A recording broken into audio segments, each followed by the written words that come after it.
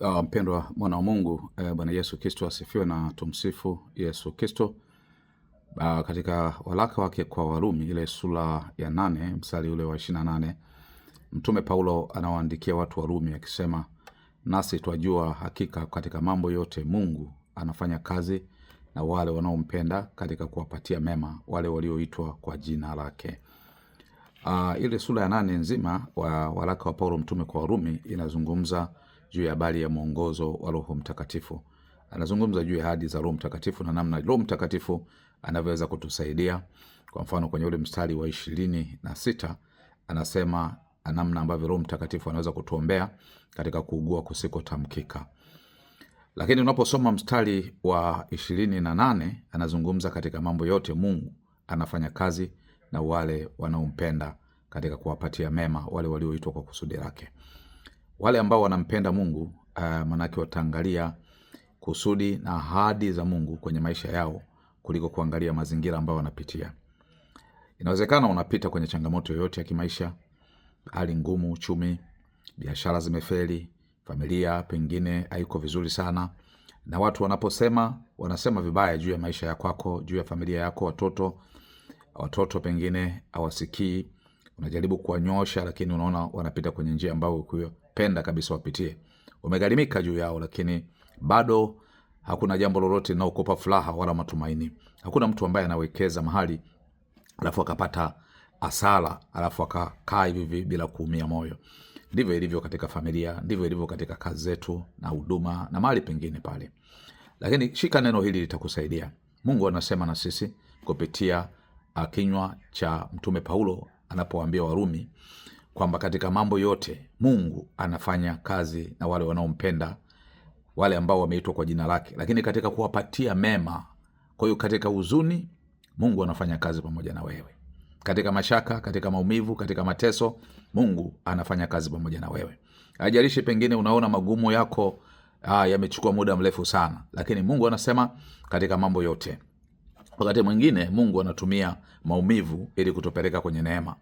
Wote tunajua habari ya Yusufu ambaye alitoka kuchukiwa na ndugu zake, wakapanga kumuua, wakamtupa kwenye shimo, wakamtoa, baadaye wakamuuza. Wamidiani walipita pale ambapo wao wanapanga kumuuza. Hebu angalia, palikuwa ni mapolini, lakini Biblia inatuambia walipita wakamnunua Yusufu. Kwa Mungu alikuwa na kusudi naye.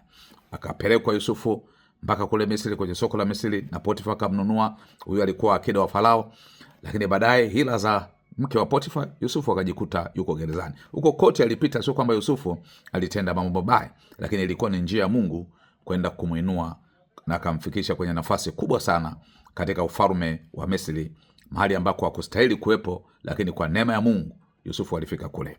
Hebu mwangalie Daudi, alitoka machungoni na akiwa ameenda kutiwa mafuta na Samueli katikati ya ndugu zake. Ndugu zake walikuwa hawatarajii Daudi angesimama pale, lakini baadaye vita iliinuka. Wakati wa Mungu, unajua unapofika, Mungu anaweza kumuinua Goliath ambaye watu wote watashindwa kumuua, lakini utasimama wewe kama Daudi na Mungu atakupa ile taji la sifa. Daudi akainuliwa kupitia kumuua Goliath. Na Biblia takatifu inatuambia pamoja na ile ambalo Daudi alifanya, ambalo liliwapa watu wengi furaha, lakini ilikuwa sio hatima yake. Wakati ule vita iliinuka tena, Sauli mfalme akaanza kumuinda Daudi, lakini kupitia kimbia zake, kujificha kwenye mashimo, kujificha kwenye mapango, kujificha kwenye misitu, kukimbia michale kutoka kwenye mkono wa Sauli na jeshi lake, Mungu alimuona Daudi. Mungu anaangalia nia njema, anaangalia kwanza kusudi aliyopanda ndani yetu, anaangalia pia utayari, anaangalia ujasiri, anaangalia uthabiti. Hapa tunazungumza katika mambo yote. Shamu inaweza ikawepo, lakini katikati ya Shamu Mungu atatengeneza njia.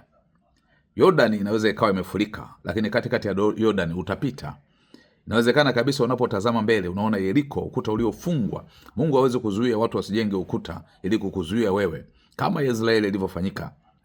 Tukisoma Yoshua ile sura ya 6, ukuta ulianguka baada ya kuzunguka siku 7. Mungu hakutumia silaha yote kuangusha ukuta. Angeweza kuzuia ukuta usijengwe, lakini aliachia. Kumbe katika mambo yote Mungu yuko pamoja na wewe. Pale ulipo, hebu tazama magumu yako. Kuna watu wengine walivuka kwa namna hiyo hiyo. Mwangalie Shadraki, mwangalie Meshaki na Abednego, mwangalie Danieli. Katika moto Mungu hakuzuia watumbukizwe na wale watesi wao.